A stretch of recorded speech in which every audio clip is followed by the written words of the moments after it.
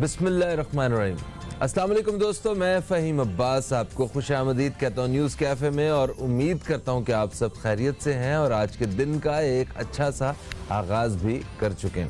आज के दिन के हवाले से जो सबसे एक बड़ी ख़बर जो है वो मैं जो शेयर करना चाहूँगा वो ये है कि 1971 की पाक भारत जंग में दुश्मन को नाकों चने चबवाने वाले जनाब मेजर शब्बीर शरीफ शहीद का आज यौम शहादत मनाया जा रहा है। और मेजर शब्बीर शरीफ शहीद जो है 28 अप्रैल 1943 को गुजरात में, ज़िला गुजरात में पैदा हुए, और इसके साथ साथ उन्होंने अपने जो भी ये खिदमत का जो एक सफ़र रहा है इस वतन अज़ीज़ के लिए, उसमें उन पाक फ़ौज की जानिब से उन्हें 3 आला तरीन एजाज़ात से नवाजा भी गया। आइए एक जी दोस्तों रिपोर्ट आपने देखी, और आज मेजर शब्बीर शरीफ शहीद का 50वां जो है यौम शहादत है, और कौम के इन जैसे बहादुर बेटों को रहती दुनिया तक याद रखा जाता है, और हमें बड़ा नाज है कि हमारी इस कौम ने आप जैसे बेटों को पैदा किया। आगे बढ़ते हैं और प्रोग्राम का आगाज़ करते हैं। आज हम जिस हवाले से बात करने वाले हैं, जिस टॉपिक के हवाले से बात करने वाले हैं, वो टॉपिक है पाकिस्तान का सबसे बड़ा बनता हुआ मसला, और ये मसला है महंगाई का मसला। पिछले कुछ दिनों में मतलब दर्जनों चीज़ों की कीमतें जो हैं वो आसमान को बातें करने लगी हैं, और इतनी तेज़ी से इतनी ज़्यादा कीमतों में इजाफ़ा होने लगा है कि अब ये सूरत हाल जो है वो बहुत ज़्यादा परेशान कुन होती जा रही है। तो इस हवाले से बात करने के लिए मेरे साथ स्टूडियो में मौजूद हैं एक तजज़ियाकार और सियासत से जिनका एक बड़ा ख़ास ताल्लुक़ है, चेयरमैन है पाकिस्तान मुस्लिम अलायंस के जनाब अमानुल्लाह खान पराचा साहब। अस्सलाम वालेकुम, आपको खुश आमदीद। कैसे हैं आप? शुक्रिया, बहुत शुक्रिया आपका। अमान भाई तबीयत ठीक है? अल्हम्दुलिल्लाह, आप सही से? अल्हम्दुलिल्लाह अल्हम्दुलिल्लाह। आज बहुत फ्रेश लग रहे हैं आप। आज फ्रेश लग रहा हूँ? जी हाँ, ये तो अच्छी बात है। अच्छा अमान भाई, महंगाई तो हमेशा ही होती रही है। हम अपने बुजुर्गों से भी सुनते रहे हैं कि जनाब पहले ये फलानी चीज़ इतने की होती थी, हम बड़े हैरान होकर देखते होते थे, अच्छा वाकई इतनी सस्ती। और अभी जो सूरत हाल है पिछले कुछ अरसे में, कुछ सालों में, फिर कुछ महीनों में, अब कुछ दिनों में, ये सूरत हाल इंतहाई ख़तरनाक होती जा रही है। चीज़ों की कीमतों में बेशबहा इजाफा होता जा रहा है। इस बारे में क्या कहेंगे आप? बहुत शुक्रिया वहीम भाई। बात यह है कि ये जो महंगाई का जो एटम बम पाकिस्तान के अवाम पे गिरा है, तो आम तौर पे तो यही तासुर है कि, और लोग जो परेशान हैं वो इसी बात पर परेशान हैं कि कुव्वत ख़रीद किसी वक्त में कुव्वत फ़रोख्त के बराबर होती थी, आदमी ख़रीद सकता था। ठीक है। अब सूरत हाल बिल्कुल यकसर मुख्तलिफ है, क्योंकि यहाँ पे इतना कुछ हो चुका है कि मिडिल क्लास जो है वो लोअर मिडिल क्लास में चला गया, और लोअर मिडिल क्लास गरीब हो गया, गरीब होकर वो सड़कों पे आ गया। उसकी इतनी हिम्मत नहीं है कि वो अब बाज़ार में जाके सामान ख़रीदे। कंपैरिजन आप करें इस 3 साल का, तो जो मुर्गी का गोश्त 150 रुपये में था वो 450 में पहुँच गया। बकरे का गोश्त 750 था, तो आज वो 1500 रुपये, 1300 से 1500 रुपये किलो में नहीं मिलता। ब्रांडेड तेल आम हर घर की ज़रूरत है, उसकी कीमत 175 थी, 150 रुपये लीटर थी, आज वो 400 साढ़े 400 लीटर में। ये कुकिंग ऑयल की बात? Cooking oil. LPG ले लें जो हर जगह इस्तेमाल है, 1530 रुपये थी, आज 2250 रुपये हो गई, और बढ़ रही है। तो इस पर जो है बस नहीं है, लोगों की चीखें निकल गई हैं। लोग देखें, एक कमाने वाला है, 10 खाने वाले हैं। ये रियासत की जिम्मेदारी थी और है कि महंगाई के ऊपर कंट्रोल करती, लेकिन जिस बेतरतीब तरीके से ये लोग आए और बेतरतीब तरीके से उन्होंने हुकूमत चलाई, नतीजा आपके सामने है।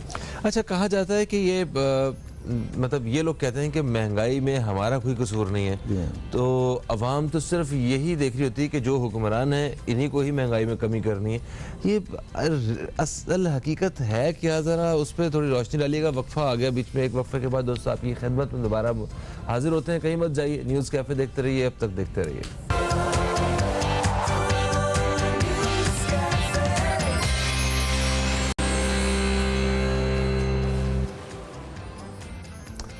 एक वक्फे के बाद आपको फिर से खुश आमदीद। आप देख रहे हैं न्यूज़ कैफ़े, मैं हूं फ़हीम अब्बास और न्यूज़ कैफ़े में जनाब अमानुल्लाह खान प्राचा साहब हमारे साथ मौजूद हैं, जो कि चेयरमैन है पाकिस्तान मुस्लिम अलायंस के, और आपसे बात हो रही है महंगाई के मौजू पे, जो आज का हमारा मौजू भी है।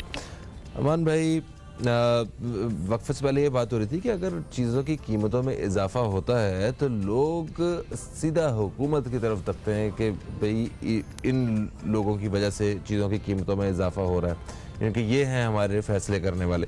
और अगर हुकूमत से रब्ता किया जाए, इस कीमतों में इजाफे के हवाले से पूछा जाए, तो वो उनकी तरफ से यही बयान आता है कि वो कुछ ये तासुर देने की कोशिश करते हैं कि इसमें हमारा कोई कसूर नहीं है, हम तो बिल्कुल बेकसूर हैं और ये चीज़ों की कीमतें बस खुद ही बढ़नी थी और बढ़ गई हैं। तो कुछ ये दोनों किस्म के तासुर आते हैं, हक़ाइक़ क्या है, ज़रा वो बयान कीजिए। देखिए जनाब, ये तो बड़ी आपने अच्छी बात की कि हुकूमत कहती है मैं तो मासूम हूँ, हाँ, मेरा तो कसूर ही नहीं है, खुद ही बढ़ गई। जिस हुकूमत के हुक्मरान तबका ये कहता हो कि मुझे टीवी से देख के पता चला कि डॉलर का रेट क्या है, तो अगर वो ये बात कह रहे हैं तो ऐसे मासूम लोगों से पर आप ये यकीन रखें कि वो यही कहेंगे। और अफसोस की बात है कि ये रियासत की ज़िम्मेदारी है कम कीमतों को कंट्रोल करना। अगर कोई रियासत, कोई हुक्मरान अगर कीमत कम नहीं कर सकता तो उसको ये खुद ही इतनी जुर्रत होना चाहिए कि वो इस्तीफ़ा देकर घर चला जाए। जिम्मेदारी उसकी होती है, ये अवाम की जिम्मेदारी नहीं है। कीमतें ये जो अगर आप डॉलर को कंट्रोल रखते और आप एक अच्छी पॉलिसी बनाते, और IM दुनिया का वाहिद मुल्क है जिसका स्टेट बैंक जो है उसके अपने कंट्रोल में नहीं है। 200 ममालिक में पाकिस्तान वाहिद मुल्क है कि जिसके पास आप पैसा रखाएंगे ना तो आप नहीं निकाल सकते। IMF के कंट्रोल में आपने ये बैंक दे दिया, उसका सरबराह भी IMF का दिया हुआ है और वो वहीं से तनख्वाह ले रहा है। तो ऐसी सूरत हाल में उसने डॉलर को जिस तरह बेलगाम किया और जिस तरह रुपए की तौकीर हुई और जिस तरह रुपया गिरा, तो ज़ाहिर बात है इसका सारा इफेक्ट आम आदमी पे पड़ेगा। गवर्नमेंट की, हुकूमत की नाकस पॉलिसी। जब मैं एक अपनी बात करता हूँ, अगर मैं एक दुकानदार हूँ, मैं एक ताजिर हूँ और मैं नॉर्मल से आम आदमी की तरह बात बता रहा हूँ उनको, और मैं दूसरे दुकानदारों से, दूसरे लोगों से कर्जा लेकर चलाऊँगा और मेरे पास कोई वसाइल ज़राए नहीं है, तो मैंने खड़ा नहीं होना। जो मुल्क जिस कर्ज़ों की बैसाखियों पे खड़ा हुआ है, तो उस मुल्क की क्या इज़्ज़त है। हर मुल्क से हमने भीख मांग ली, दुनिया का कोई मुल्क हमने नहीं छोड़ा जिससे हमने भीख ना मांगी। सही। जब आप भीख मांगते रहोगे और बेशर्मों की तरह हर मुल्क के सामने कशकोल फैलाते रहोगे, तो हमने क्या किया? हमने चाइना का एतमाद खो दिया, हमने अमेरिका के सदर हमसे बात करने को तैयार नहीं है, पूरा मिडल ईस्ट जितने भी अरब हुक्मरान है वो इंडिया की गोद में जाके बैठे गलत पॉलिसियों की वजह से। अच्छा, आप कर्जों के बारे में आप कह रहे हैं कि मैं आ रहा हूँ उसी टॉपिक में, उसको करीब पहुँचूँ ना। इन चीज़ों की वजह से जब आप कर्जे लेते चले गए, डॉलर की जो रुपए के मुकाबले में डॉलर जो है रुपया गिरता चला गया, तो रिज़ल्ट क्या निकला कि आप इस वक्त महंगाई के ऐसे भंवर में फंस चुके हैं। और जो मैं जिस आपको कहा ना, महंगाई का जो एटम बम इस वक्त आवाम पे गिरा हुआ है, ये खुदा की कसम आप लोगों से पूछें। आप रोड जाएं, आप तो माशाल्लाह जाते रहते हो, तो आम मार्केट में लोगों की चीखें निकल गई हैं, खुदकशियाँ क्यों कर रहे हैं। अच्छा, फिर कंपैरिजन ये देती है हुकूमत कि भाई अगर इंटरनेशनल लेवल पे पेट्रोल की कीमत गिरी है तो आप भी गिराते हैं ना। आपने इंटरनेशनल यहाँ पे 50 रुपए पे तक आ जाना चाहिए था पेट्रोल, इतनी इस हद तक पेट्रोल की कीमत गिरी है। आप जब 65, 70 रुपए उस पर टैक्स देते हो, अगर आप पेट्रोल की कीमत कम करते तो जितनी भी दूसरी चीज़ों पे कीमतें थीं, बिजली के यूनिटों में, ट्रांसपोर्ट में, सब में कमी होना शुरू होती। बड़ी बदकिस्मती है, कोई ऐसा सिस्टम नहीं है। हमारा मुल्क ज़राअत बेस्ड कंट्री है, एग्रीकल्चर बेस्ड कंट्री है। इसके अंदर हमने कोई ऐसे वसाइल ज़राए पैदा नहीं किए कि हम अपने ज़िम्मेदारों को, अपने हारियों को फैसिलिटेट करते, अजनास बड़ी मकदार में पैदा होता, वो मार्केट में आता, नतीजा क्या निकलता कि आपकी चीज़ें सस्ती होती। जब आप कंपेयर करते हो कि यार वहाँ इंडिया में, इंग्लैंड में, अमेरिका में, कनाडा में पेट्रोल की कीमत महंगी है, भाई आप ये सोचो कि वहाँ पर कैपिटल इनकम कितनी है। अगर हम हमारे यहाँ मैक्सिमम 20,000 रुपये का मजदूर है, अगर वो 50, उसका छोटी सी कोई मोटरसाइकिल है, 50 लीटर सिर्फ पूरे महीने में इस्तेमाल करता है, तो वो 7,500 रुपये पेट्रोल के चलेगा। मैं मिनिमम बता रहा हूँ, तो उसके हाथ में 12,500 रुपये बचते हैं। अगर आप लंदन में के मजदूर से तो मिनिमम जो पर कैपिटा है वो 3,96,000 रुपये, और वो 50 लीटर का तेल इस्तेमाल करता है, और वहाँ 300 रुपये लीटर है। बिल्कुल, तो जो हमारे यहाँ पूरे दिन की एक मजदूर की कमाई है, वहाँ पे वो 1-1.5 घंटे में एक मजदूर जो है ना उतने पैसे कमाता है। तो क्या हम वोट वहाँ देने जाएंगे? हमारे आप क्यों कंपैरिजन करते हो? हमारा जख्मों पे नमक क्यों छिड़ते? ये कंपैरिजन नहीं बनता, बिल्कुल नहीं बनता। आपने बात की भीख मांगने का आपने जिक्र किया, आपका इशारा कर्जों की तरफ था। ठीक है कि कर्जे लेने गए, इन्होंने कर्जे नहीं लेने थे, इन्होंने कशकोल तोड़ने थे, इन्होंने खुद मतलब कशकोल का और बाकी सारी चीज़ों का जिक्र किया।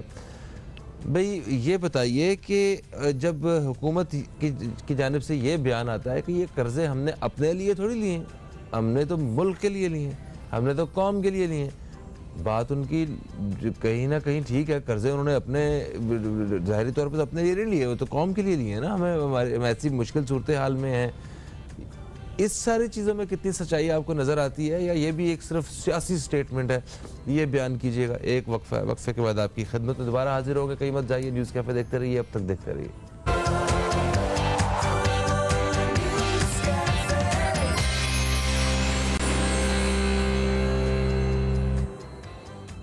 वेलकम बैक, आप देख रहे हैं न्यूज़ कैफ़े। मैं हूं फ़हीम अब्बास और जनाब अमानुल्लाह खान प्राचा साहब हमारे साथ मौजूद हैं, जो कि चेयरमैन पाकिस्तान मुस्लिम अलायंस हैं। अमान भाई, वक्फे से पहले हम बात कर रहे थे कि हुकूमत ने जो इतने ज़्यादा कर्ज़े लिए हैं, माजी में उसकी मिसाल नहीं मिलती है। तो इन कर्ज़ों के हवाले से जब हुकूमत से सवाल करते हैं तो एक स्टेटमेंट आती है कि हमने कर्ज़े अपने लिए थोड़ी लिए हैं, हमने कोई अपने घर चलाने के लिए थोड़ी लिए, हमने तो मुल्क के लिए कर्ज़े लिए हैं, क्योंकि मुल्क को इनकी ज़रूरत थी, कौम को इनकी ज़रूरत थी। तो क्या वाकई इन्होंने हमारे ऊपर एहसान किया? ये बड़ी बदकिस्मती, कर्ज़े लेकर आप खुश होते हैं। यहाँ तो जब भी कर्जा किसी मुल्क से लेकर आए हैं तो उन्होंने बड़े बड़े ढोल बजाए कि हमने कर्जा ले लिया, और बड़ी खुशी की बात है। सानू कोई जिंदा नहीं कर्जा ना। समझता हूँ कि इंतहाई गिरा हुआ शख्स होता है, उस इंसान की आंखें शर्म से उठ नहीं सकती, चाहे वो कितना बड़ा पहलवान क्यों ना हो, अगर उसने किसी से कर्जा लिया हो।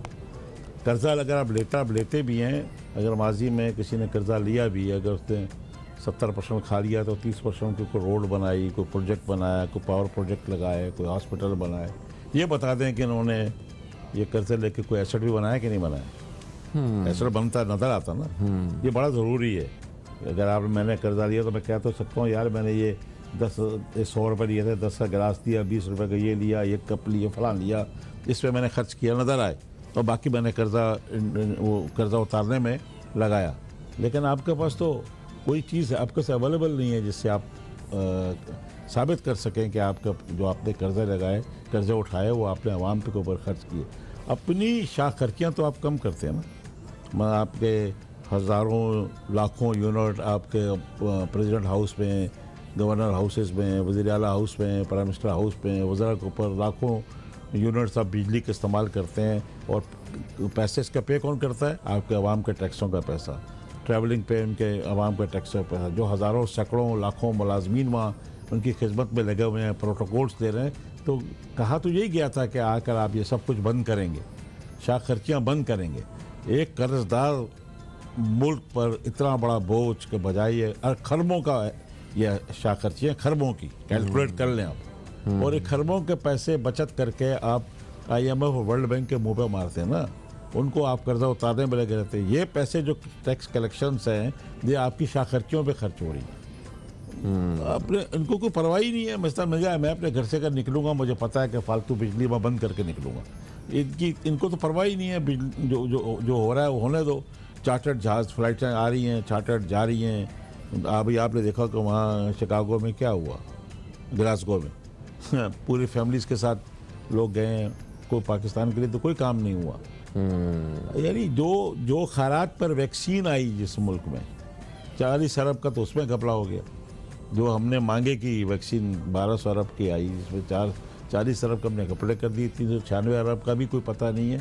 और ऐसे कई अच्छा मसाले देखिए, ठीक है, वो आपकी बात सही है कि इन्होंने अपनी, मतलब आप कह रहे हैं कि अपनी लग्जरीज में कोई कमी नहीं आई है, वो उसी तरह की उसी तरह ही है। हाँ, अगर हम कर्जे ले रहे हैं, इतनी बुरी हालत है, तो उसमें भी कमी आनी चाहिए थी ना। कमी नहीं आनी चाहिए सर, बिल्कुल बंद करना चाहिए था। जो बयान दे के, जो वादा करके इक़्तिदार में आए थे, मिनिस्टर, वजीर, सदर अगर ये एक कुर्बानी दे देते इस मरतबा, तो आप यकीन करें कि सारी ज़िंदगी पाकिस्तान के अवाम इनकी गुलामी करते कि यार इन्होंने काम किया है। लेकिन अगर आपने अपनी शाखर्चियाँ कम नहीं की और आपने अरबों का अपने अयाशियों पे खर्च करना शुरू कर दिया इस गरीब अवाम के टैक्सों से, जब गरीब भूखा सो रहा है तो आप भी कम से कम आप अपना लेवल तो गिराएं। यहाँ इतने बड़े बड़े खाने और इतने बड़े बड़े अयाशियों के लंगर लगते हैं महलों में, ये सदारती महलों में, शाखर्चियों में अरबों रुपए आप खा रहे हो, तो अपने अवाम का भी तो ख्याल करते।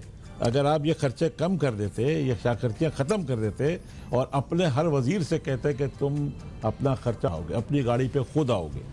ये दुनिया में लोगों ने किया है, कुर्बानियाँ दी हैं। हुक्मरान पहले कुर्बानी दे, हमेशा आवाम से आप पहली कुर्बानी मांगते हो हुक्मरान। और आप ये साथ में दिल्ली है, अंदर गुजराल ने करके दिखाया हुआ, आज भी वो कैंची के चप्पल पहन के रिक्शा में आता है, वज़ीर आला है, ये कोई प्रॉब्लम नहीं है। अगर आप ये करके, अगर आप हुक्मरानी से पहले कैसे घूमते थे, इसी तरह घूमते रहते ना, मर तो नहीं गए थे। हुक्मरानी से पहले आपके घर चल रहे थे, आपका सब कुछ चल रहा था, उसी तरह आम तरीके से आप अपने अखराजात पे सब करते रहते जब तक कि मुल्क का कर्जा अदा ना हो जाता। आप कर्जे पे कर्जा लेना कोई अक्लमंदी नहीं है। वसाइल और ज़राए पैदा करते हैं नौकरियों को। कहा जाता है कि लोग नौकरियाँ के लिए आएंगे। यहाँ हज़ारों लाखों बंदों का दिया फिगर दी है अभी वज़ीर इत्तलाआत ने कि हमने 20 लाख आदमी बाहर भेज दिया।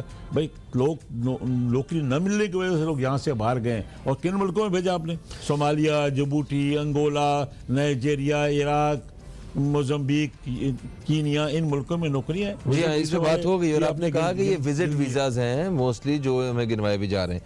देखिए, अपने लिए इन्होंने अगर कुछ नहीं किया तो अवाम के लिए किया है, ठीक है, उसमें अपने शाह खर्च आज भी हैं ये, तो अवाम के लिए मतलब क्यों कर्जे की ज़रूरत महसूस हुई? और कर्जा इतने हज़ारों अरब आने के बाद अवाम को इसमें क्या रिलीफ मिला? क्या एक जमहूरी दौरे हुकूमत में एक फ़र्द वाहिद के पास, जो फ़र्द वाहिद है उसके पास ये इख्तियार होता है कि वो हिसाब मांग सके कि आपने ये पैसे लिए थे मुल्क के नाम पे, वो पैसे का हिसाब दें?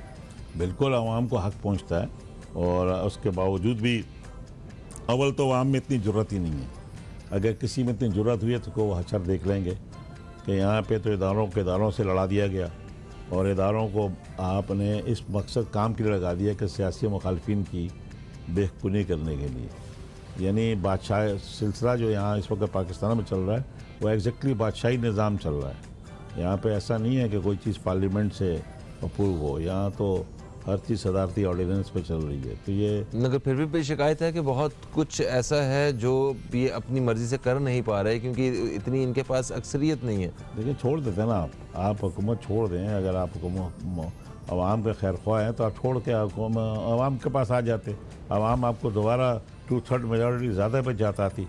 इतना अरसा आप ज़ाया ना करते ना, आप कहते इखलाकी ज़रूरत होती तो आप यकीन करें कि अवाम इनका साथ देती। अच्छा, आपको ये नहीं लगता कि ये हमारा एक बड़ा रवायती मसला है कि जो इक़्तिदार पे होता है, जो मतलब जो कुर्सी पे बैठा होता है, वो ये समझ रहा होता है कि अगर मैं चला जाऊंगा मेरे बाद तो कोई मुखलिस है ही नहीं। ये तो क्या, जिस तरह मुशर्रफ साहब हो गए, कोई भी हो गए, कहते उसका छोड़ने को इसलिए भी दिल नहीं करता कि वो हमें ये तासुर देता कि भाई मेरा बैठना बड़ा ज़रूरी है, बाद में बड़ा बुरा हाल हो जाएगा। और ये बड़ी 100% सही बात की आपने और बिल्कुल पाकिस्तान के 22 करोड़ की दिलों की आवाज़ वाली बात की है। हर हुक्मरान वहाँ जब वो बैठ जाता है मसनद पे तो ये समझता है कि मेरे बाद कोई और नहीं है, there is no other option. ये तासुर दिया जाता है। पिछलों ने भी यही तासुर दिया, इन्होंने भी यही तासुर दिया। और फिर उनका स्टाइल वैसे ही है जैसे कि सऊदी शहजादों का और कतरी शहजादों का होता है। जो भी बैठता है उसका स्टाइल वही हो जाता है। वो भूल जाता है कि मैंने हुक्मरानी छोड़ी है। अरस्तू से कहा था ना सिकंदर ने, रस्तू ने सिकंदर से कहा था, उसका उस्ताद था, कि तुमने 2/3 दुनिया फतह कर ली लेकिन तुम कुछ लेके नहीं जाओगे। तभी उसने कहा था कि मेरे दोनों हाथ और पैर जो है वो जब मेरा जनाजा जाए तो खाली रखना बाहर की तरफ, कि मैं दुनिया से जा रहा हूँ कुछ खाली लेके जा नहीं रहा जा हूँ। इनको रहा, भी सही। सोचना चाहिए कि किसी भी कफन की जेब नहीं है, आपको भी खाली हाथ इस दुनिया से जाना है। कुछ कर जाओ उस मुल्क के लिए, इस कौम के लिए कर जाओ। ये बड़ी मुश्किल से हमने ये मुल्क हासिल किया है। अच्छा। अरे वो जिन लोगों ने हमें नजरिया दिया था वो आज कब्रों में सोकर हमें कोस रहे हैं। हम जिम्मेदार हैं, ये आवाम जिम्मेदार है जो उनको बार बार लाती है। अच्छा, आखिरी सवाल है ये प्रोग्राम के इस हिस्से का। देखें, मतलब आप यहाँ बैठ के बात कर रहे हैं कि इन्होंने कुछ नहीं किया। अवाम अपने अपने घरों पे जब बात हो रही होती है, जहाँ भी वहाँ बैठ के बात करते हैं कि हुकूमत की जानिब से ये हो गया, वो हो गया, नुकसान, मतलब महंगाई हो गई, नौकरियाँ नहीं मिली। मैं दावे से कह सकता हूँ कि ये जितने हुक्मरान हैं जो इक़्तिदार में हैं, इनसे ये जिस जगह पे बैठे हुए हैं ना, वहाँ इनको सारा कुछ सही बताया जा रहा होगा। इनको कागज़ पे दिखाया जाता होगा, इतनी इतनी लंबी लिस्ट है, सर ये देखें, ये इन चीज़ों की कीमत कम हुई है, ये हमने कमाल कर दिया है, ये हमने पुराने रिकॉर्ड तोड़ दिए हैं, ये देखें, ये दादोशुमार। तो क्या वाकई ऐसे ही है कि उन्हें हकीकत का अंदाज़ा ही नहीं है? जब आप मदीने की रियासतें में बात करते हैं, जब आप मज़हब कार्ड इस्तेमाल करते हैं तो आपको उतरना पड़ता है, अवाम में जाना पड़ता है, भेस बदल के हुक्मरानों को जाना पड़ता है, चाहे वज़ीर हो, चाहे वज़ीर आज़म हो, चाहे सदर हो। जाए ना मार्केटों में, देखता ना, अवाम को देखे कि किस कर्ब का शिकार है, देखता कि वहाँ पे क्या हो रहा है। लेकिन जब आप जो मदीने की रियासत का कॉन्सेप्ट है उसमें हुक्मरान जाया करते थे, हुक्मरान अपना भेस बदल कर जाते थे, वो अपनी शाही ज़िंदगी नहीं गुजारते थे। वो उस आप पूरा दौरे खिलाफत देख लें, जितने भी आप देखें जो खलीफा रहे, जो जिन्होंने इस्लाम के नाम से, जो इस्लाम के नाम पे खलीफा मदीने की रियासत सूद के पैसों पे नहीं चलती थी ना, सर, सूद जितनी के सीधी पैसे सी पे बात है। चले थे। हाँ। आप जब सबसे चार काम खत्म कर दें, शायद खर्चियाँ खत्म कर दें, हाँ। सूद का निज़ाम ख़त्म कर दें, सादा ज़िंदगी के ऊपर ये हुक्मरान आ जाए और बिल्कुल कर्जा नहीं ले, IMF का कर्जा, वर्ल्ड बैंक का कर्जा, थोड़ी दिनों के लिए आपको तकलीफ होगी, थोड़ी दिनों के लिए। आप देखें आपका मुल्क कैसा ठीक नहीं चल पड़ता, कैसे नहीं चलेगा। थैंक यू सो मच, आप तशरीफ़ लाए अमान भाई, और आपने महंगाई के हवाले से प्रोग्राम में बात की। अभी हम एक वक्फे की तरफ बढ़ने लगे हैं। वक्फे से जब वापस आएंगे तो हमारे साथ एक और मेहमान मौजूद होंगे जिनसे हम इसी हवाले से बात स्टूडियो में करेंगे। मतलब कि मुल्क में महंगाई की वजह आलमी मंडियां हैं या हुकूमती पॉलिसियां हैं, इस हवाले से बात होगी। कहीं मत जाइए, न्यूज़ कैफ़े देखते रहिए। एक वक्फे के बाद आपसे दोबारा मिलते हैं।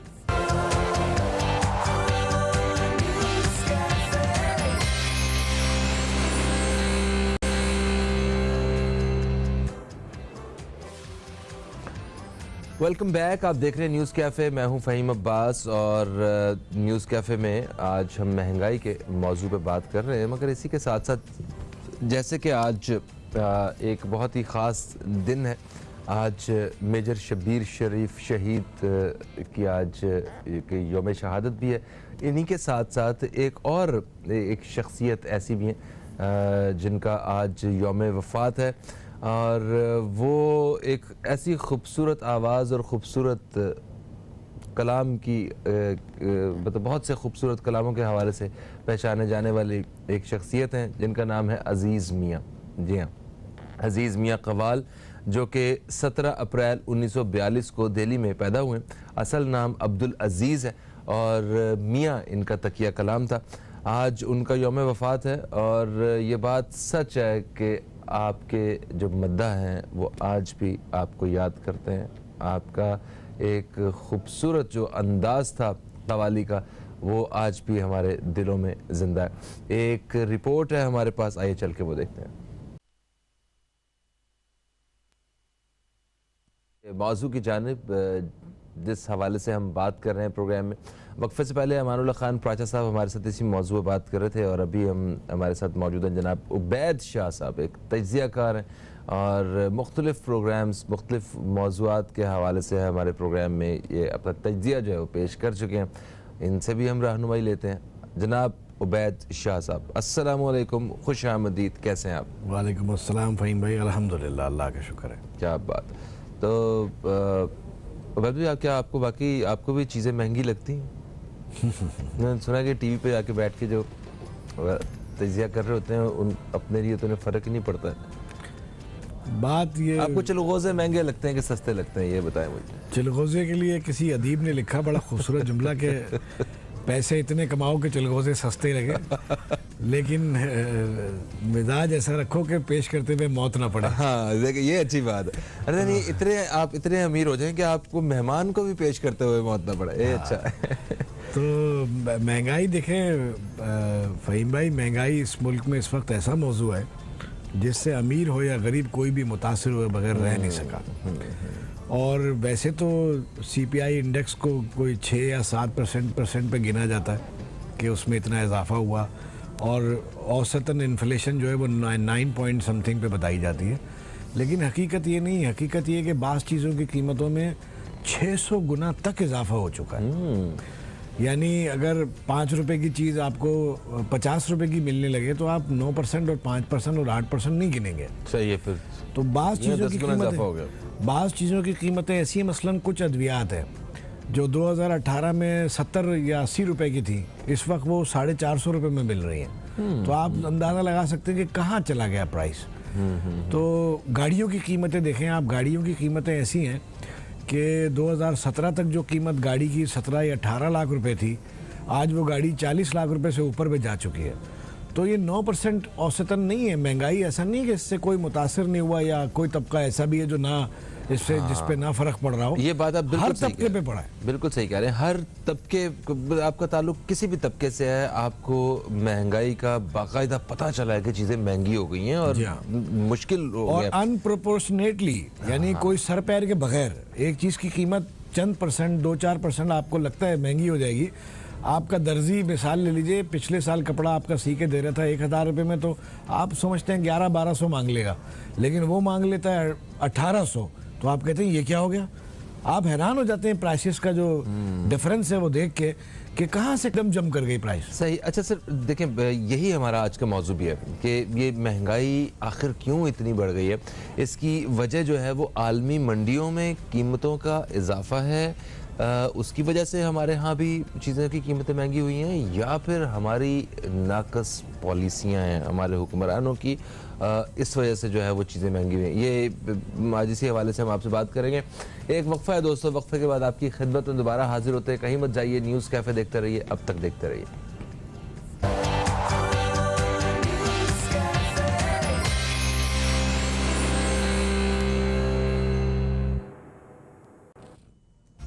अच्छा वैसे भी वक्फे से हम वापस आ गए हैं, तो सवाल वक्फे से पहले हमने ये किया था कि मुल्क में महंगाई की वजह ये आलमी मंडियां हैं या फिर हमारी अपनी या हुकूमती पॉलिसियां हैं। इस हवाले से आप क्या अपने ख्यालात रखते हैं? फ़हीम भाई, बात यह है कि ये बात तो दुरुस्त है कि पूरी दुनिया में जो है वो कीमतें चीज़ों की बढ़ी हैं, बिलखुसूस अशियाए खुर्द-ओ-नोश की और अशियाए ज़रूरिया की जो घरों में रोज़मर्रा इस्तेमाल होती हैं।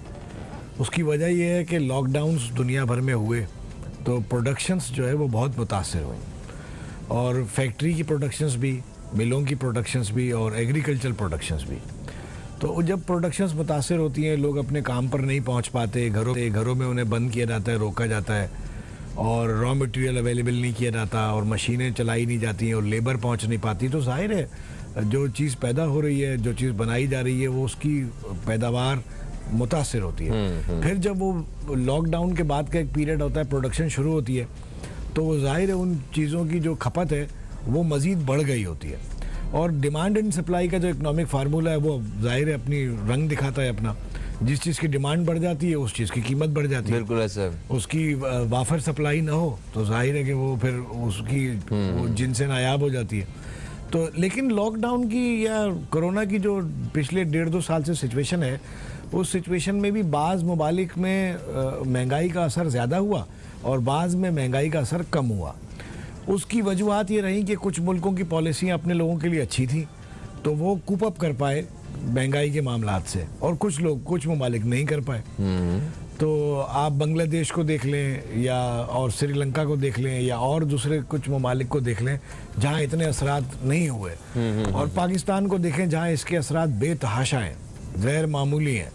उसकी वजह यह है कि पाकिस्तान की हुकूमत की पॉलिसीज़ ऐसी नहीं रही जिनमें इस तरह के असरात से निपटा जा सकता बखूबी तौर पे।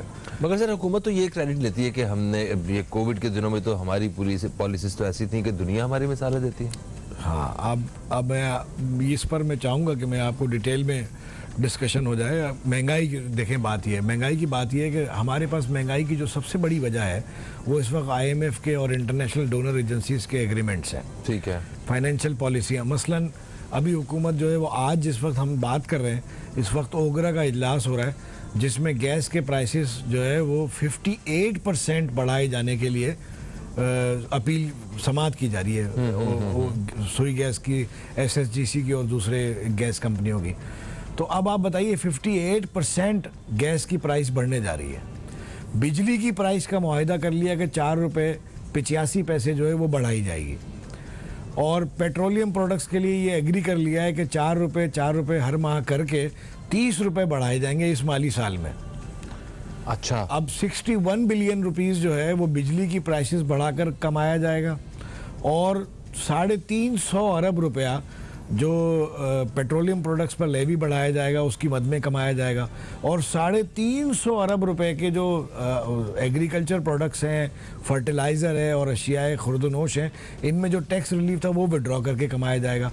तो आप सोचें महंगाई जाएगी कहाँ? तो इनके अलावा कोई चीज़ें बचती हैं मतलब जिनके ऊपर फिर बिल्कुल हाथ भी नहीं लगाया जाएगा उन चीज़ों को महंगा करने के लिए? नहीं, देखें, ऐसी तो चीज़ें कोई फ़िलहाल आप एक माचिस की डिबिया भी ले लें या 1 पाव दूध ले लें या आधा किलो आटा ले लें, उस पर भी आप काफ़ी टैक्सेशन है, काफ़ी टैक्स भर रहे हैं। लेकिन देखें, रियासत मदीना जो है ना, खान साहब कहते हैं रियासत मदीना, वो उनके लिए एक तरह से उनकी जो है वो चिड़ बन गई है, उनको छेड़ा जाता है ये नाम लेके बार बार, क्योंकि वो खुद इसका इतना नाम लेते थे। रियासत मदीना में टैक्सेशन जो होती थी ना वो अमीर पर होती थी, गरीब पर नहीं होती, ठीक है ना। लेकिन यहाँ जो टैक्स है वो अमीर तो बहुत कम दे रहा है और गरीब तो हर गरीब हर चीज़ पर दे रहा है। हवाई रह गई है जिस पर टैक्स नहीं लगा।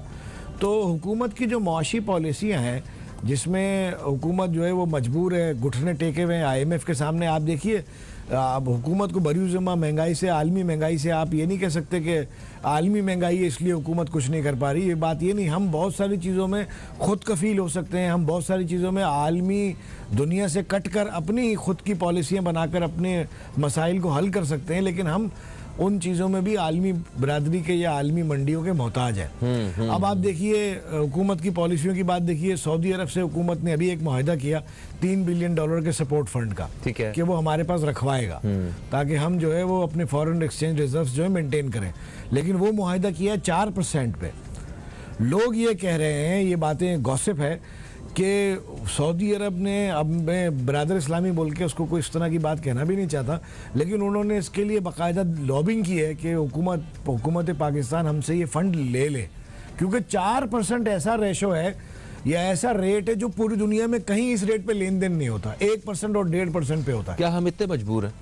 हम मजबूर नहीं हैं, लेकिन देखिए आप किसी को मतलब अपनी मर्जी का इंटरेस्ट रेट तब दे सकते हैं ना जब अगला बंदा बेहद मजबूर है, आपके पास पैसे हैं, उसके पास और कोई रास्ता नहीं है। मैंने यही अर्ज की कि ये बातें की जा रही हैं कि ये सऊदी अरब ने इसके लिए लॉबिंग की है, हमने सऊदी अरब को खुश करने के लिए ये लोन उनसे लिया है, इस तरह की बातें की जा रही हैं। और इसमें तहाइफ का भी जिक्र किया जा रहा है कि हुकूमत खान साहब को बड़े कीमती और महंगे तहाइफ मिले हैं कि आप ये मुआहिदा करें, और इतना ख़तरनाक मुआहिदा है कि आपने आलमी सतह पर किसी भी जिम्मेदारी को डिफ़ॉल्ट किया, किसी भी सतह पे एक दिन डिले किया, तो इसमें बड़े कॉम्प्लिकेशंस हैं, बड़ी इसकी इम्प्लीकेशंस हैं। और 72 आवर्स में ये विड्रॉ हो सकता है सपोर्ट फंड, पाकिस्तान कभी भी स्टेबल नहीं हो सकता। प्लस 3.8% पे $100 मिलियन का तेल रोज़ाना लेने का मुआहिदा किया एक साल तक, 1.2 बिलियन का, वो भी 3.8% पे किया है। कीमत से 3.8% ज़्यादा पर खरीदेंगे आप। तो मैं तो ये समझ नहीं आती कि क्या ये रियासत मदीना जो बनने जा रही है ये कर्ज पे बनेगी और वो भी सूद पे? ठीक है, एक वक्फा है, वक्फे से वापस आते हैं, तो इस हवाले से ज़रा गाइड करिएगा। एक वक्फे के बाद आपसे दोबारा मुलाकात होती है, कहीं मत जाइए, न्यूज़ कैफ़े देखते रहिए, अब तक देखते रहिए।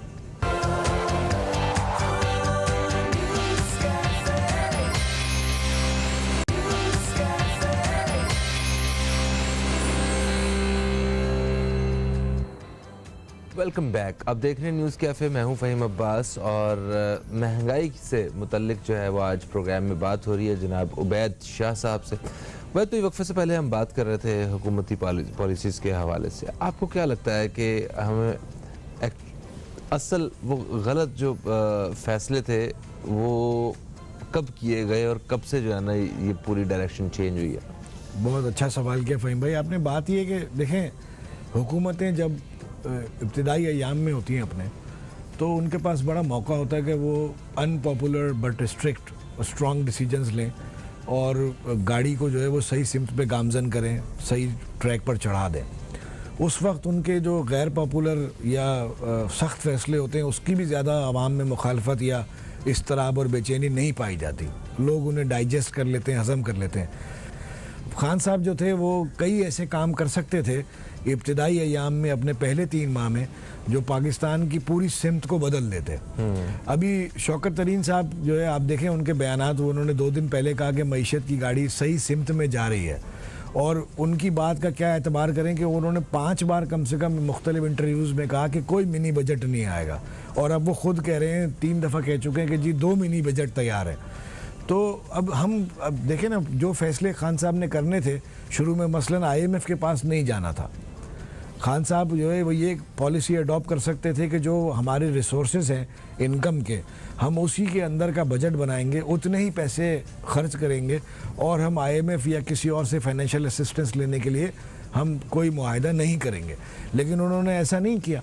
उन्होंने अपना बजट बनाया, मिसाल ले लीजिए 5,800 अरब रुपए का, और आमदनी थी 4,100 अरब रुपया, तो 700 अरब रुपया उन्होंने प्रोविज़न कर लिया कि हम अपने असासे बेच देंगे, नया कर्जा ले लेंगे, कुछ गिरवी, उन्होंने एयरपोर्ट्स भी गिरवी रखवाए, उन्होंने मोटरवेज भी गिरवी रखवाए, जो कुछ भी कसर बाकी थी वो उन्होंने पूरी की। जो इसाक डार साहब रखवाना भूल गए थे वो खान साहब ने रखवा दी चीज़ें।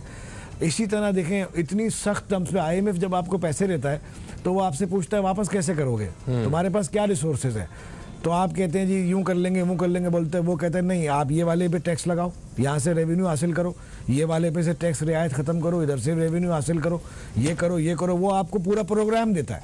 अच्छा, वो हमारी बात क्यों नहीं मानते, उन्हें हम पे ट्रस्ट क्यों नहीं है IMF को? क्योंकि हमने कभी इस तरह कर्जे लेके वापस नहीं किए अपने प्लान के मुताबिक। नहीं, वापस हम करते, ट्रस्ट की बात ही नहीं है। वो कहते हैं आप हमें, आपकी कैपेसिटी नहीं है वापस करने की, ले तो लो, फिर कहाँ से दोगे, हमें प्रोग्राम बताओ। आप कहते हैं IMI शायद करते हैं, वो कहते हैं प्रोग्राम हमसे लो, हमारे पास माहिरीन की टीम बैठी हुई है, इन्होंने आपकी इकोनॉमी को स्टडी करके हम ये प्लान बनाया है, आप इस प्लान पे चलो, आप ये करो, आप ये करो, आप ये करो, इतना आपको इजाफी रेवेन्यू हासिल होगा, वो आप हमें कमिट करो कि आप करोगे तो हम आपको पैसे दे देते हैं।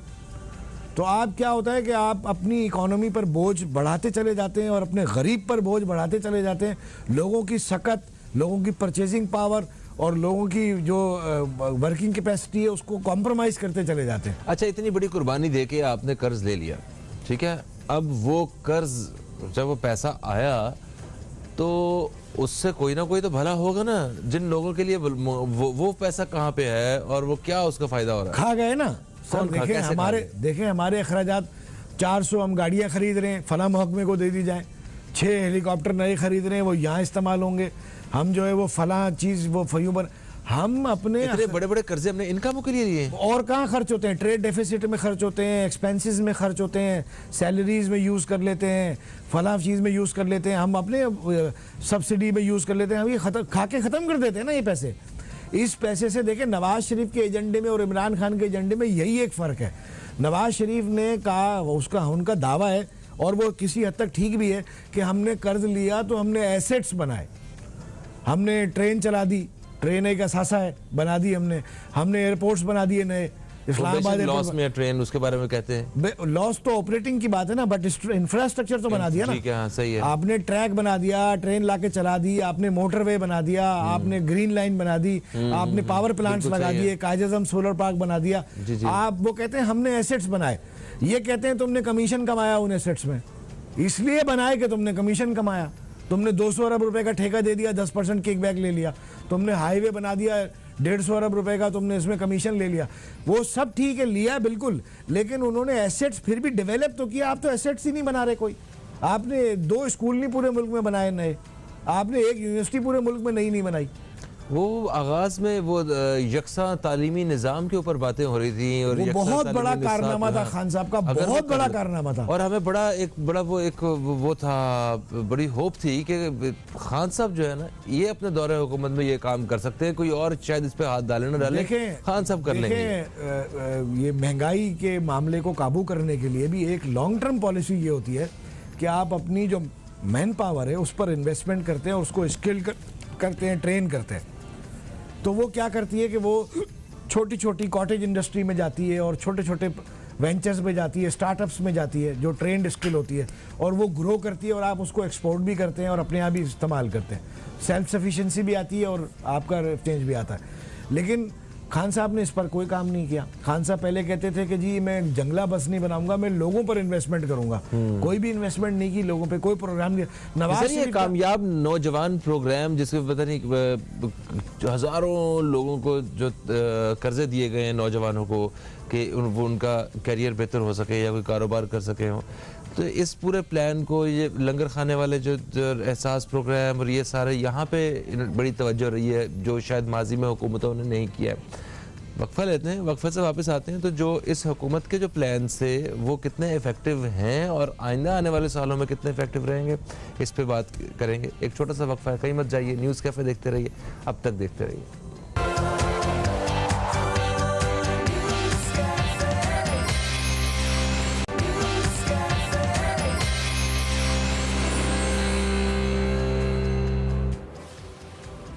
वेलकम बैक, आप देख रहे हैं न्यूज़ कैफ़े। न्यूज़ कैफ़े में जनाब उबैद शाह हमारे साथ हैं। बात हो रही है महंगाई के मौजू पे कि मुल्क में महंगाई की वजह आलमी मंडी है या हुकूमती पॉलिसी।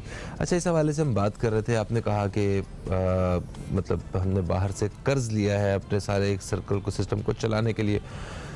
ऐसी वो मैं अभी जो, क्योंकि प्रोग्राम के आखिरी लम्हात भी आ गए, इस हुकूमत की पॉलिसीज़ की भी बात कर रहे थे हम लोग, तो आपको क्या लगता, आप तज्ज़ियाकार होने की हैसियत से क्या मशवरा देना चाहेंगे इस हुकूमत को कि इन्हें एक साल और ये कुछ अर्सा जो इनके पास बाकी है, इसमें कुछ ऐसा काम, ये काम कर जाएं कि इनके लिए कल को कुछ बचत हो जाए? देखें फ़हीम भाई, जो अहम फैसले थे या इस्लाहात थी वो तो शुरू के दिनों में ही करनी थी। जब उसका वो आगाज़ करते तो रैप अप कर सकते थे अपने टाइम के अंदर। मसलन पुलिस का महकमा है, खान साहब कुछ नहीं कर पाए, वैसे का वैसे ही है जैसे पहले था। इसी तरह अदालती निज़ाम है, जुडिशल सिस्टम सारा है, कुछ भी नहीं कर पाए, वही की वही हालत है। और इसी तरह जो है FBR है, खान साहब ने यहाँ तक किया भड़कमारी कि मैं नया FBR बनाऊंगा, नया इदारा बनाऊंगा, कुछ भी नहीं कर पाए, वैसे ही है। बेतहाशा करप्शन है, बेतहाशा चोरी है, कोई इस्लाहात नहीं कर सके।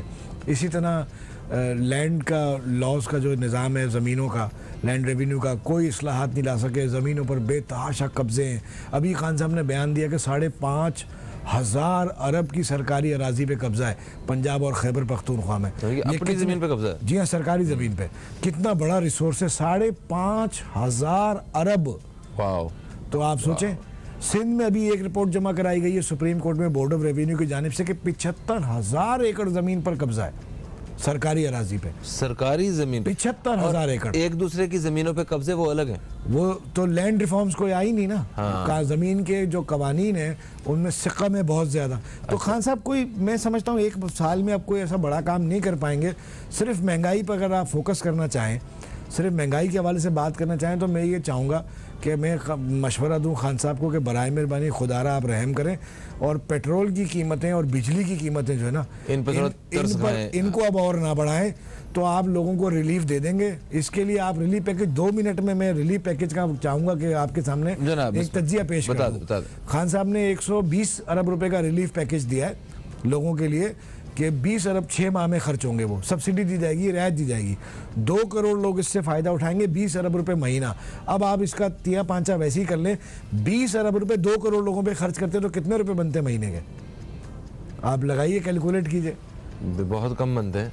तो अगर एक आदमी को, एक ख़ानदान को आप महीने का रिलीफ देंगे, मिसाल ले लीजिए 400 रुपये का, 400 रुपये का ये कैसा रिलीफ होता है? तो और पेट्रोल प्राइस आपने 350 अरब रुपए बढ़ा के लेने, तो आप खुदारा ऐसा रिलीफ न दे। मैं हाथ जोड़ के कहूँगा मेहरबानी करें, बस यही मेरी दरख्वास्त है, यही मेरी गुजारिश है। बस कम से कम घर के किसी एक फर्द को मोबाइल का बैलेंस जो है ना वो रिलीफ में मिल जाएगा, है ना, और तो कुछ नहीं हो सकता इन पैसों से। आप कह सकते हैं।